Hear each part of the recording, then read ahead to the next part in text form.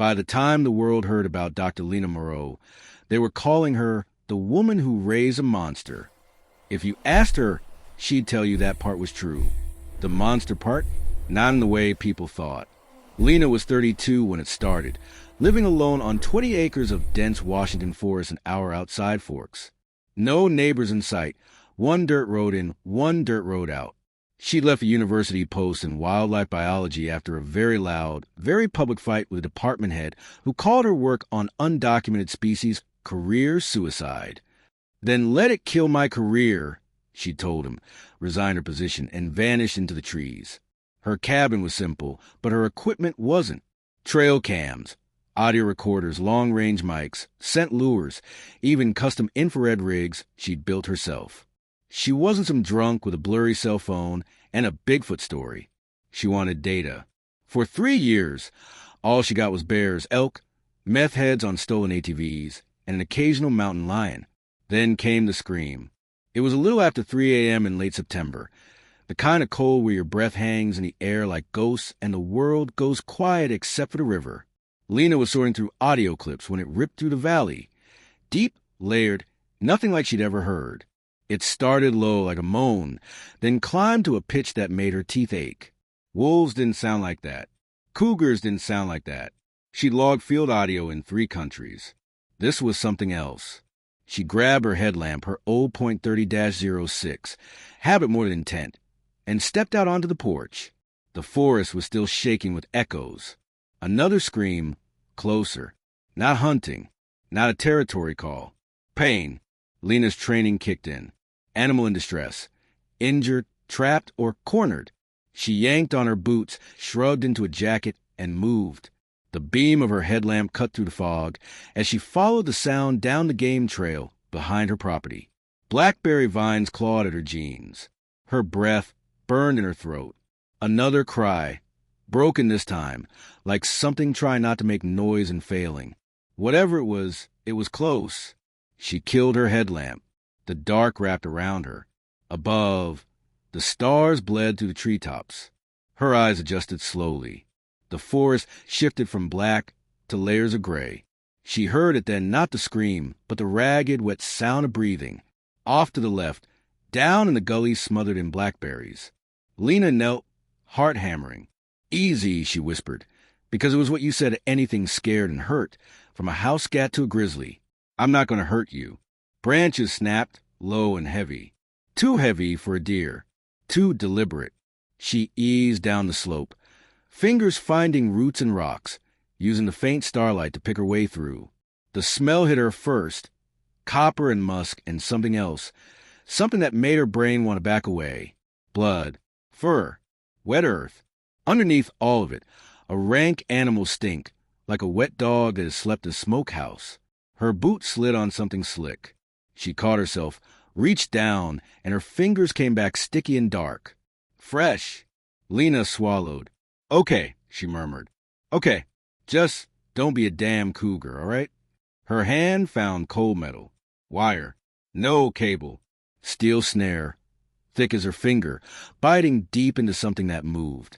The breathing hitched.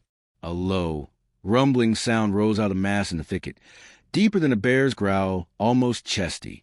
Human adjacent, in the way a cello note is adjacent to a human voice. Her brain tried to sort the shape in front of her. It failed.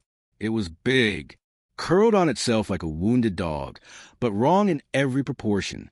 Limbs too long, torso too broad, head too high. The snare was cinched around one leg. No, not a leg. Ankle? Joint? Hard to tell beneath the matted, dark fur. Her hand shook as she clicked on the headlamp and shielded most of the beam with her fingers, letting only a thin crescent of light spill out. The world narrowed to one impossible fact. It wasn't a bear. The limb in the snare had a heel, a foot, 5 toes splayed wide and thick, the nails cracked but unmistakably nails, not claws. The calf above it was corded with muscle, for hanging in clumps where the cable had chewed through the raw flesh. Her stomach lurched. "Jesus Christ," she breathed. The thing shifted, and the headlamp caught an eye. It should have been like looking at any animal in the dark, a flash of tapetum reflection, yellow or green. Instead, she got warm, liquid brown, ringed in red and wet with pain. Too focused, too aware. For a heartbeat, they just stared at each other. It blinked first. The sound it made next wasn't a growl. It was almost a word and almost a sob, pushed past teeth not built for human language.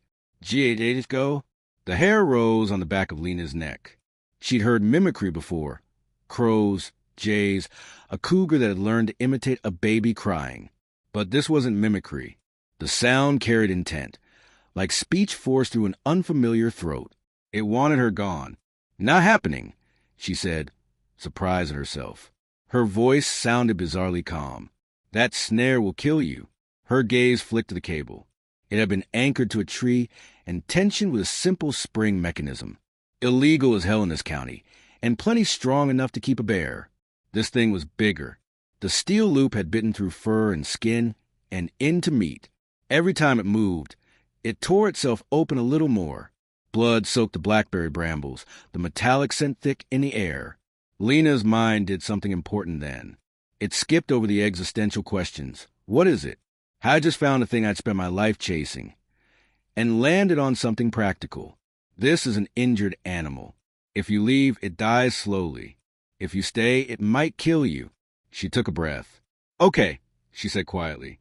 "You don't know me, but I'm going to get that off you. If you rip my head off after, I'll accept I should have listened." She set the rifle aside, barrel pointing away. Slowly, very deliberately, she slid the backpack off her shoulders. The creature tensed. Muscles bunched under the fur. She saw now it was younger than a lot of the reported sightings implied.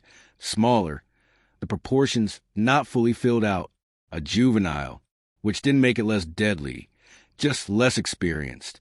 "Easy," Lena murmured. "Tools, not weapons." She kept talking as she worked. A steady, low stream of nonsense and comfort. The same tone she'd use on sedated wolves and cranky elk. Her hands found the bolt cutters. Heavy, industrial, more than enough to handle cable. She edged closer.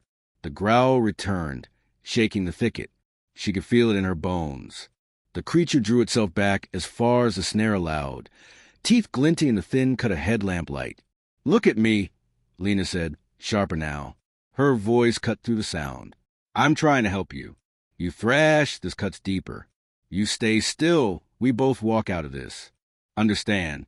The eye focused on her again. For the first time, she saw more than pain there. Fear.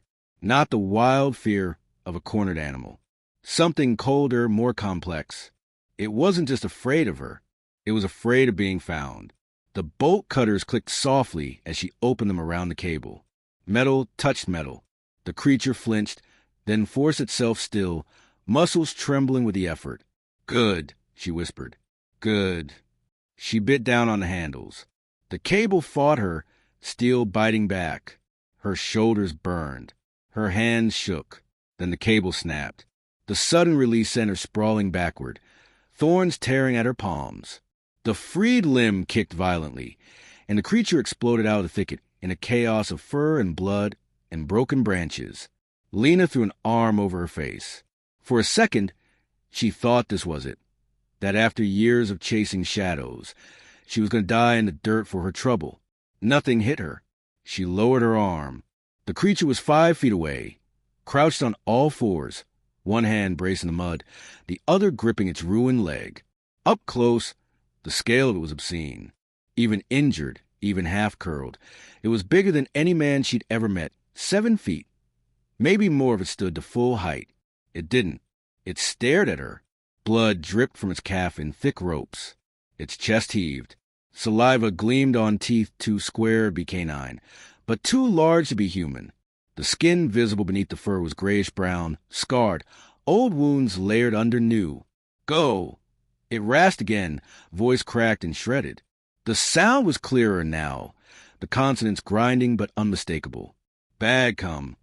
Lena's throat went dry. Bad come. Something else was out here? She glanced around instinctively, but the forest was quiet.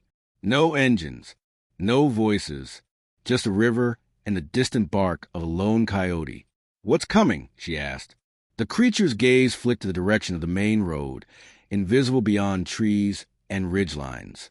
Men, it said, and the hatred packed into that one syllable made her skin crawl. It pushed upright a few inches, wavered, and dropped back to a crouch with a pained snarl. It wasn't going anywhere fast. Lena made a decision that would wreck her life and rewrite her understanding of the world. "My cabin is that way," she said, nodding back up the trail. "No men, no guns except mine, and I'm not going to use it on you. You'll bleed out if you stay here." The creature stared at her like she'd spoken a language it had only ever heard from a distance. "Help," she said, tapping her chest. Then she pointed at it. "You come, or you die here. Your choice." It bared its teeth in something that might have been a warning or might have been a bitter smile. Then, slowly, it started to crawl toward her. The creature nearly collapsed twice on the climb back.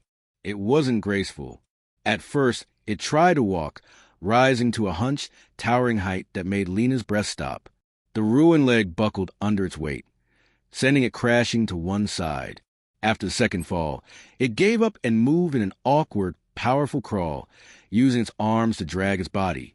The injured limb held an angle. Lena went ahead, cutting through underbrush, clearing the path as much as she could. Every few yards, she stopped, listened, scanned the woods. Each time, the creature froze where it was, vanishing into shadow with a speed that didn't fit its size.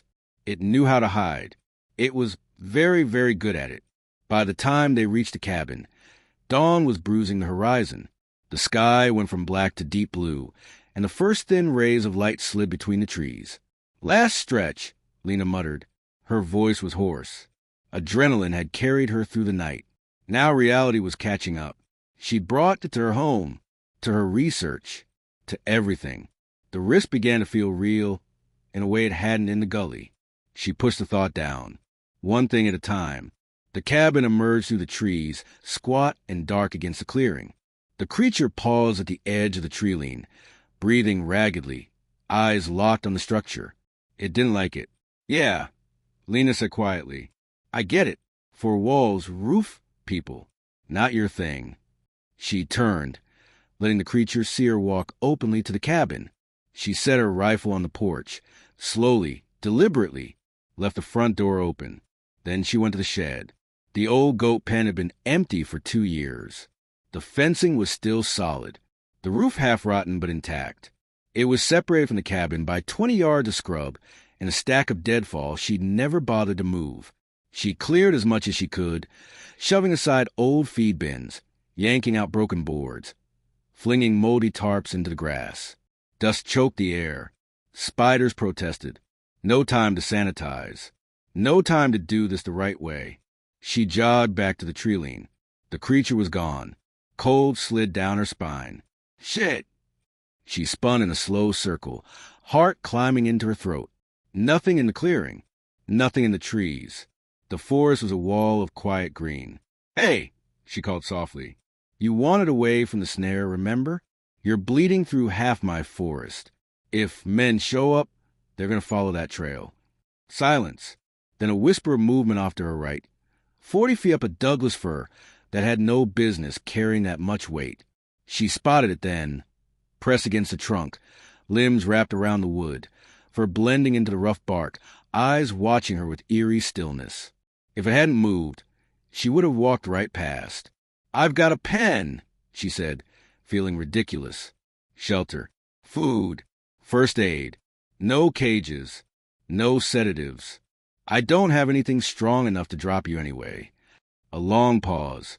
"Why?" it rasped. The question hit her harder than any threat.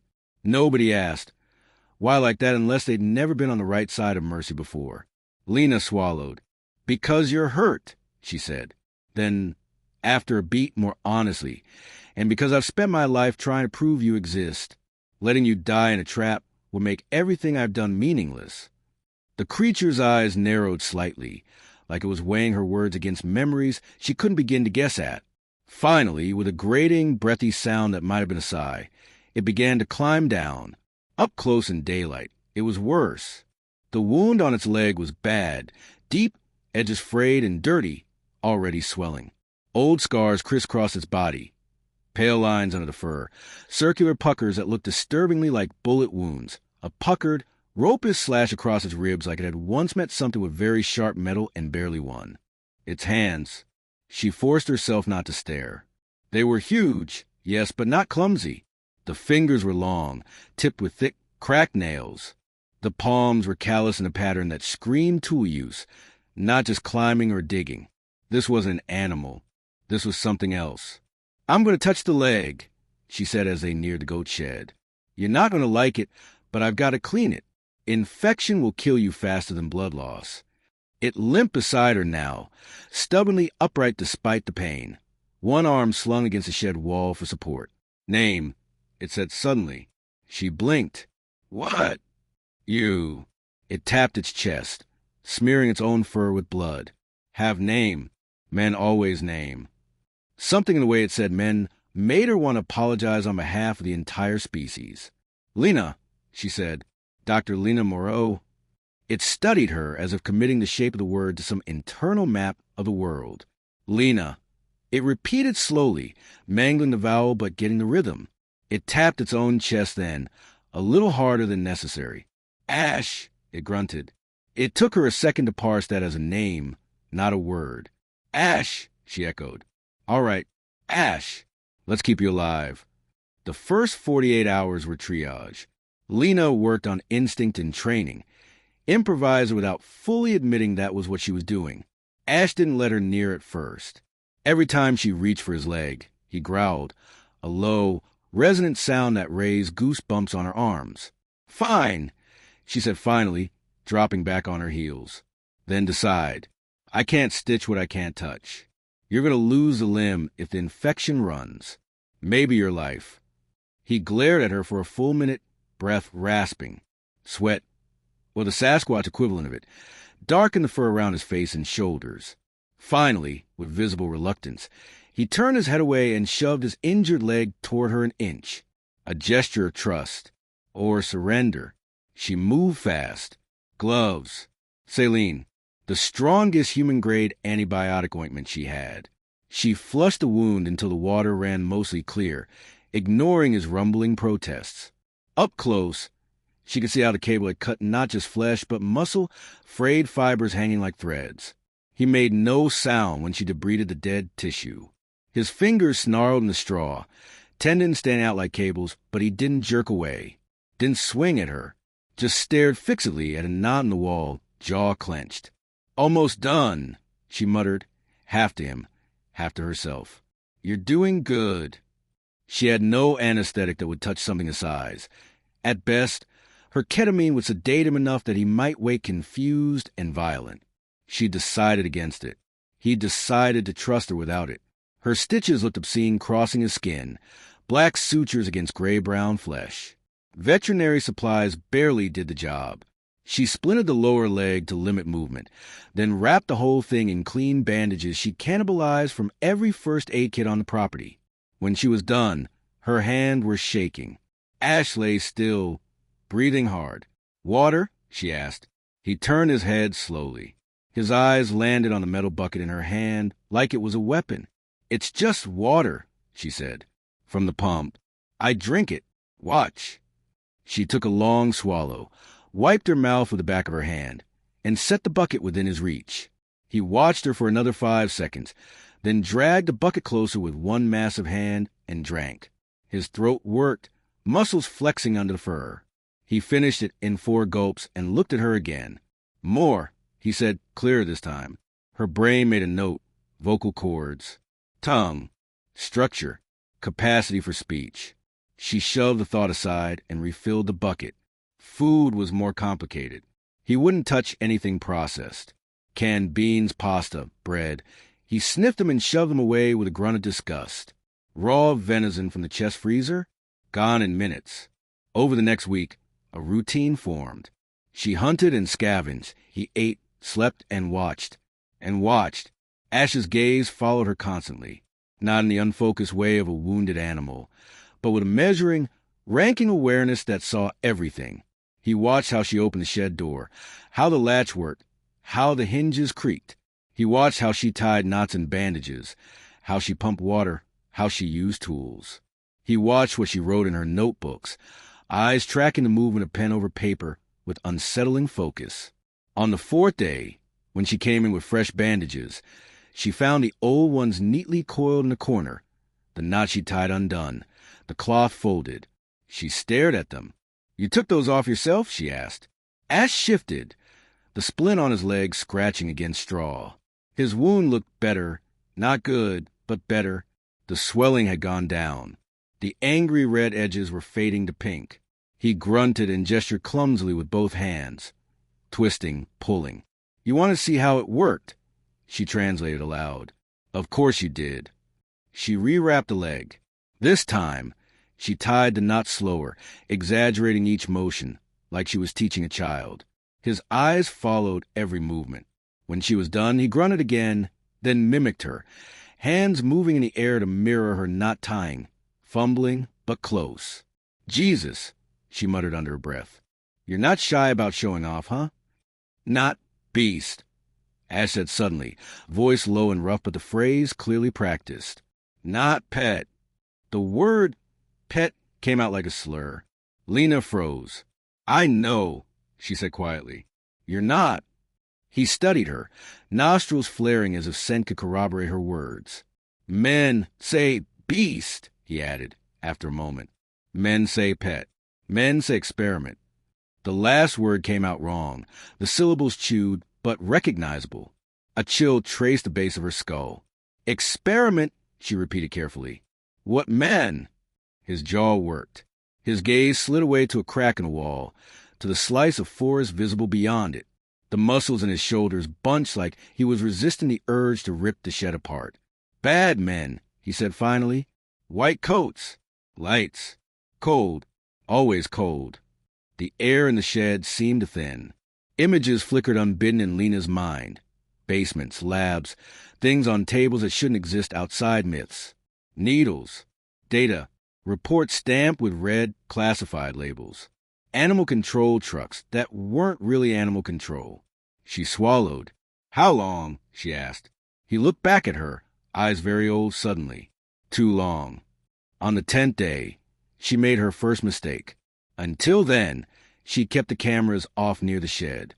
It had been an instinctive choice at first. Some gut sense that if she pointed a lens at him too soon, she'd break what fragile trust they'd built. Later, it became intentional. If things went sideways, if he snapped, if he killed her, if someone came and found her body, she didn't want footage floating out in the world for someone else to twist. But the scientist in her was screaming. Every moment with Ash was data. Every movement, every sound. The world would kill for this. She compromised with herself. No video. Audio only. She set a recorder on a crate in the corner. Plain, obvious, no attempt to hide it. She pressed a button. The red light blinked to life. "I'm turning this on," she said. "It records sound. Just sound. My voice, yours. I need records. Ash. That's who I am. What I do." His eyes fixed on the blinking red light. Fast. Too fast. He moved before she could blink, before her nervous system could complete the loop from his shift in posture to her hands raising. The recorder shattered against the far wall in a spray of plastic and circuit boards. Ash was breathing hard, one hand still half raised. The splint creaked under the strain. His leg bumped a straw, and he hissed in pain. Lena's heart hammered against her ribs. "Okay," she said lightly, though her voice shook. "So that's a no on recording devices." He bared his teeth, not at her, but at the broken recorder. "Men bring eyes," he growled. "Small eyes. Big eyes. Eyes on towers. Always eyes. Always watching. Always taking." He made a pinching motion in the air, fingers miming something being plucked away. "Cameras," Lena said. "They use cameras on you." He snarled at the word like it tasted bad. "Eyes," he repeated. "I see eyes. I break eyes." She held up her hands. "Understood. No more eyes near you. Audio, video, anything. I hear you." His breathing slowed. The wild light in his gaze dimmed to its usual simmering caution. "Lena," he said then more calmly, "if men know, I hear they come. With eyes. with cages, with other things. The fear beneath the anger surfaced for a second, raw and choking. She met his gaze. "No one's coming," she said. "This land is mine. No hikers, no hunters, no traffic. I'm careful. I've been living out here a long time." "Men always come," he insisted. "You make noise, they come. You make light, they come.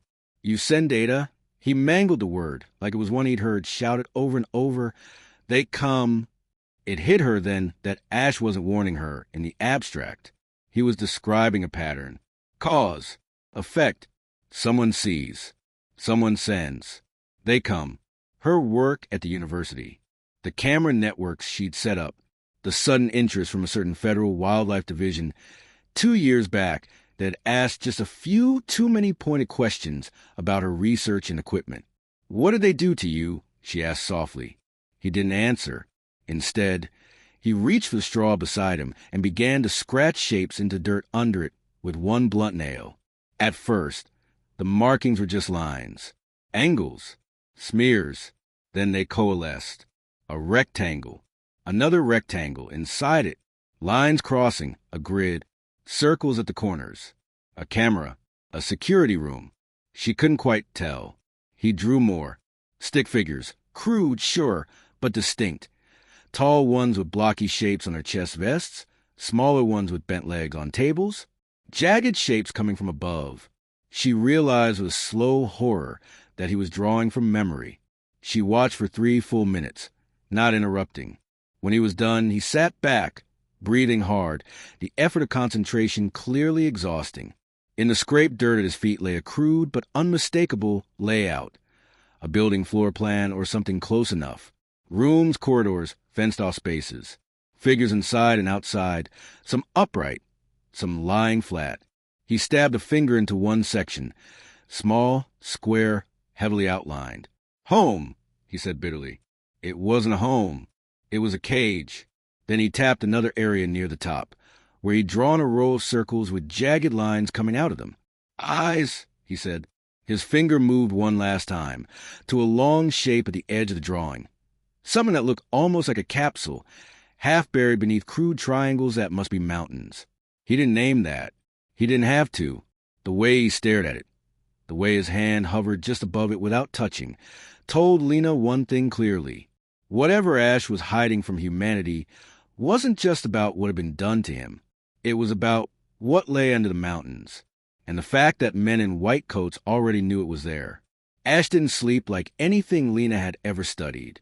He didn't curl the way bears did, or sprawl the way exhausted humans fell. He sat with his back against the wooden wall of the shed, knees drawn up just enough to rest one massive forearm across them, head angled slightly downward. His eyes would close for minutes at a time, then snap open at the faintest sound. A branch creak, a distant owl, the squeal of the cabin door hinge. Always alert, always listening. It wasn't rest. It was vigilance refined by fear. Lena watched him from the doorway, coffee going cold in her hand. The forest beyond the clearing breathed calmly, unaware that a living piece of forbidden history was occupying her goat shed. She stepped inside slowly. "Ash," she said, "you need to lie down. That leg won't heal if you keep it hanging like that." He ignored her, his head tilted slightly. "You hear that?" he murmured. She froze, instinctively straining her own ears. Wind, birds, the faint splash of the creek. "I don't hear anything." He frowned, eyes narrowing toward the northern tree-line. "That because you human, not tuned." A long pause. "Something moved," he added. "Not forest, not deer, not wolf." Her grip tightened on the mug. "What then?" "Watcher," he said. The words settled into the air like ash itself. "You mean a person?" she asked carefully. His lip curled. "Worse. Machine man. Smells like oil, like hot metal, like old fear." Her jaw tightened. Government drone? Survey unit? Automated patrol? She'd heard rumors over the years. Strange black boxes humming over state land. Thermal scanners sweeping wilderness zones that no one admitted to controlling. "Is it close?" she asked. He listened again, nostrils flaring. "Not yet," he said. It circle. It taste air. It always circle first. Always. So this wasn't new. How do you know about these things? She asked. Ash looked at her as if the answer were obvious. Because they hunt us, he said. Us. Not me. A tribe. A species. A line that still existed somewhere in the deep wild. How many of you are there?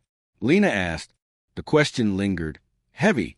He looked away, gaze drifting to the battered wall again, to the scars beneath his fur. Used to be many, he said. Then more quietly. Now? Not many. Not loud. Not daring. His gaze hardened. Not stupid.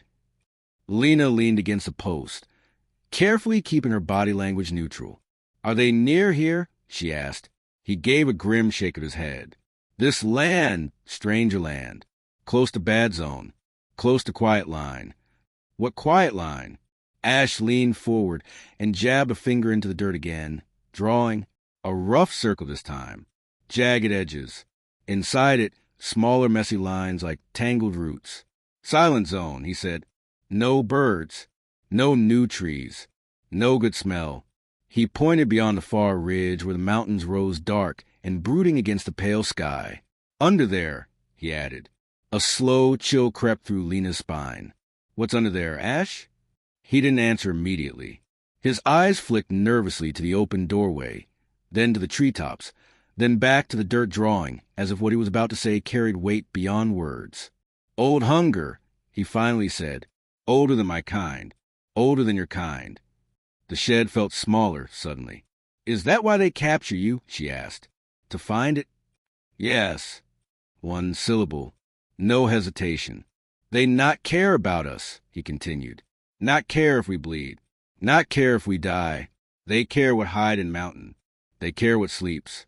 He traced a jagged circle again, pressing harder this time until the wood beneath cracked slightly. Us just key, he said. We smell it. We know where ground sings wrong. We remember the warning paths. Warning paths. Routes no human map listed. Trails that Sasquatch elders had memorized and passed down long before men wore boots in these forests. The elders teach us we're not step, he said. Where earth thin, where air tastes bitter, where dreams go sick. Her skin prickled. You're saying there's something under the mountains that even your kind avoids? Yes. And humans are going after it anyway. He exhaled slowly through his nose, a sound heavy with grief and restrained fury. They already poke it, he said. Already wake small part. Lena turned fully toward him now. Wake a how? He hesitated, then closed his eyes as if sifting through memory not meant to be remembered. They bring fire stick machines, he said. They drill. They sing loud metal songs into stone. They make ground scream. The distress in his voice was no longer subtle. First time they drilled too deep, sky go wrong, he added. No wind. No birds. Just pressure, like big hand pushing soul down. He swallowed. Then sound came. What kind of sound? She asked. Ash's eyes reopened. There was a flicker of something feral there. Something primal. Not ear sound, he said. In bone sound. In thought sound. Like thing calling a thing that shouldn't hear. Goosebumps ran up Lena's arms. What did it say? His jaw tightened. Come closer. That night, Lena didn't sleep. Neither did Ash. A heaviness settled over the forest after sunset, like the air itself was waiting for permission to move. Even the insects were quieter than usual, buzzing half-heartedly before falling silent. Around 1:20 a.m., Ash stirred violently in the shed, a deep snarl ripping out of his chest. Lena bolted upright in her bed. She grabbed her flashlight and moved fast, boots barely touching the floor. When she reached the shed, he was standing despite his injured leg, chest heaving, eyes wide and wild, lips peeled back from his teeth. Ash, she hissed. What is it? He lifted his head toward the sky. It coming closer, he growled. What is? The Watcher, he said. It bowled tonight. A faint hum drifted through the air, barely audible at first, like a distant mosquito whine, but mechanical, artificial, wrong. Her gut sank. Drone. Ash reached for a broken plank and crushed in his hand without realizing it. "If it sees me, more come," he hissed. "Big ones. Loud ones. With nets and fire." "We won't let it see you," Lena said immediately. "Get back. Now." He hesitated. I said now. She snapped, all command now, no softness. "Trust me." He retreated into the deepest shadow of the shed as the hum grew louder, steadily louder, like a predator narrowing its sweep. Lena stepped out into the clearing and looked up, nothing visible at first. Then a faint red glimmer blinked above the tree line, and then another, 2 moving lights, steady and deliberate. Scanning, her jaw tightened.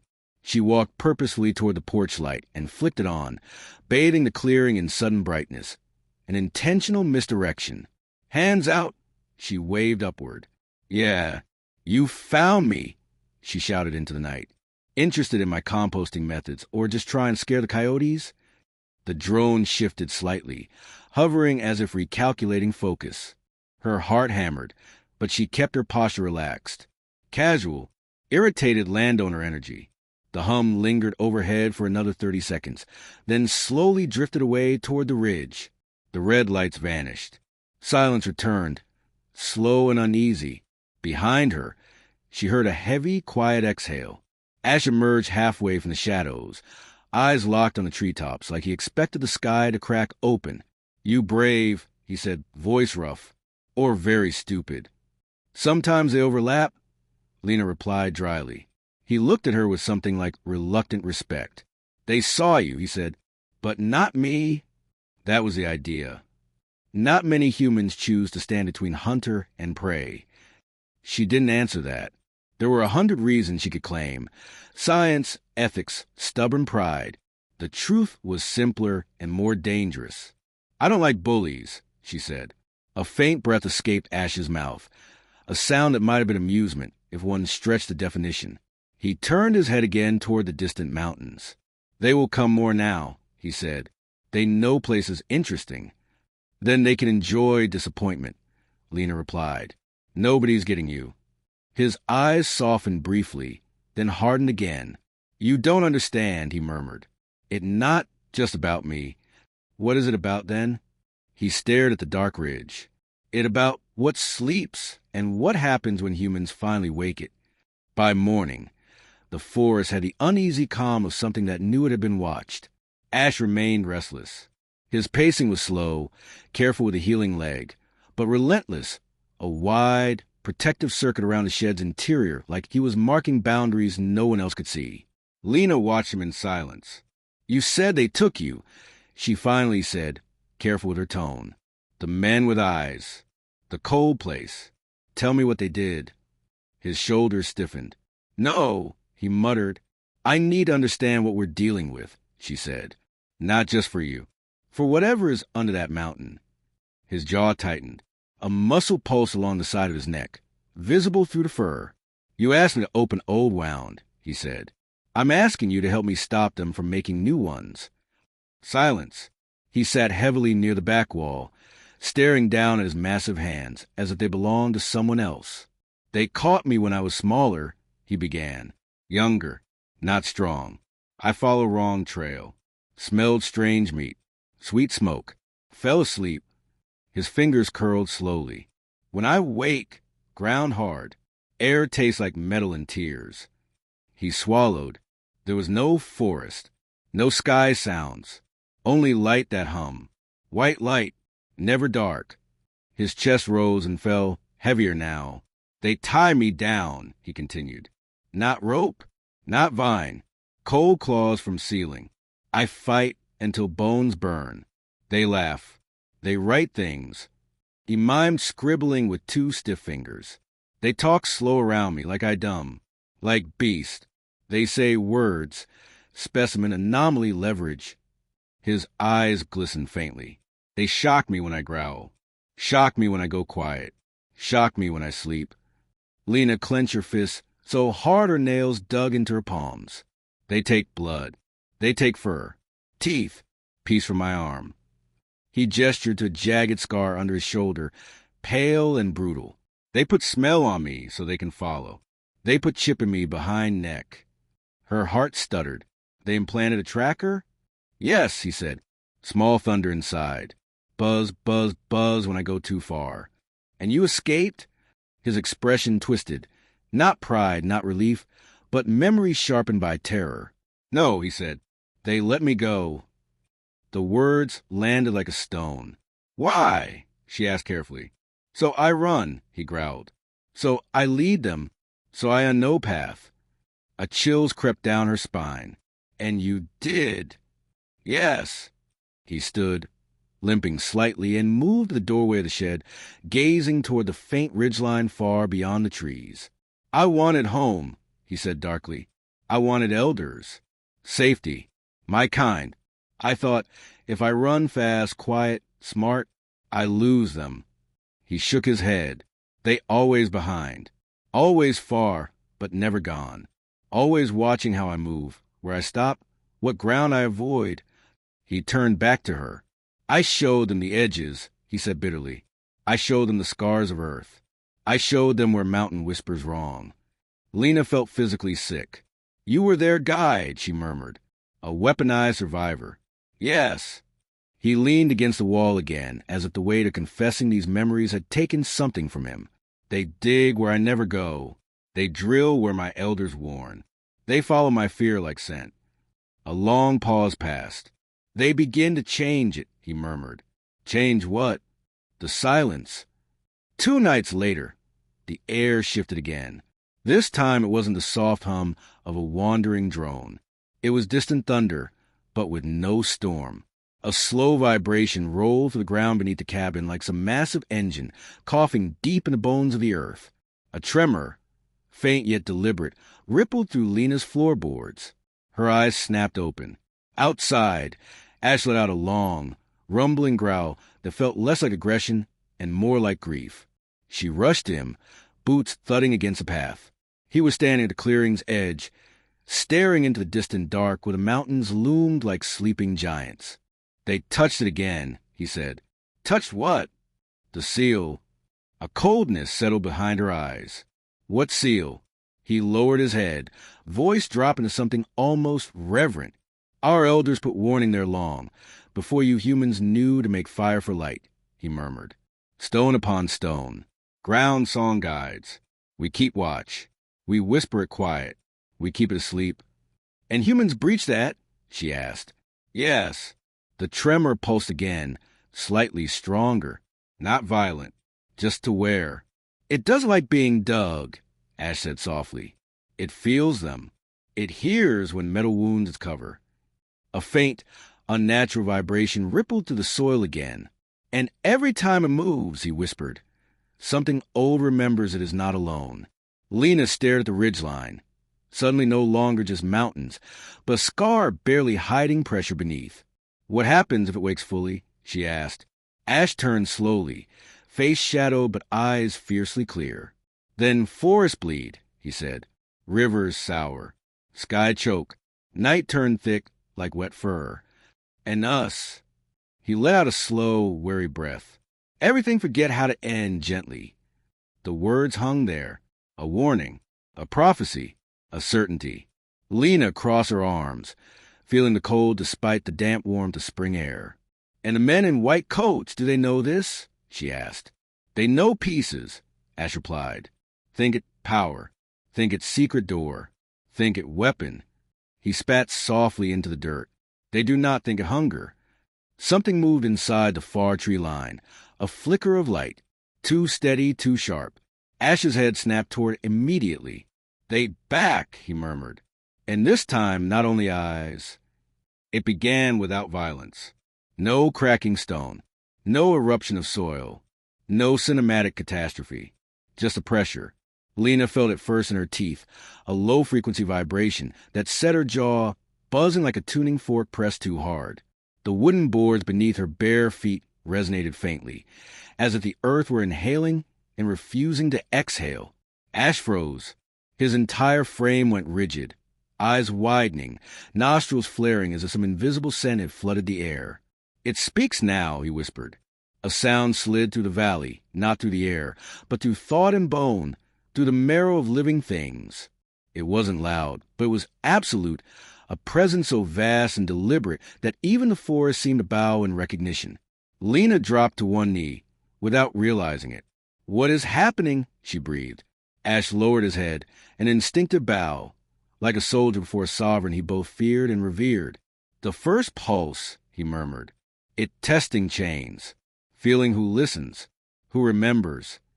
The ground beneath them shuddered slightly, not a quake, but clear, intentional movement, a massive shift of awareness beneath miles of stone. A low, resonant followed, rippling outward across treetops, water, and sky. Then came the images. They did not enter through sight, but through mind, flashes of ancient darkness, deep tunnels carved before language, a slow, patient entity coiled beneath the weight of centuries. Not awake, not asleep, simply enduring, guarded, not by men, by Ash's kind.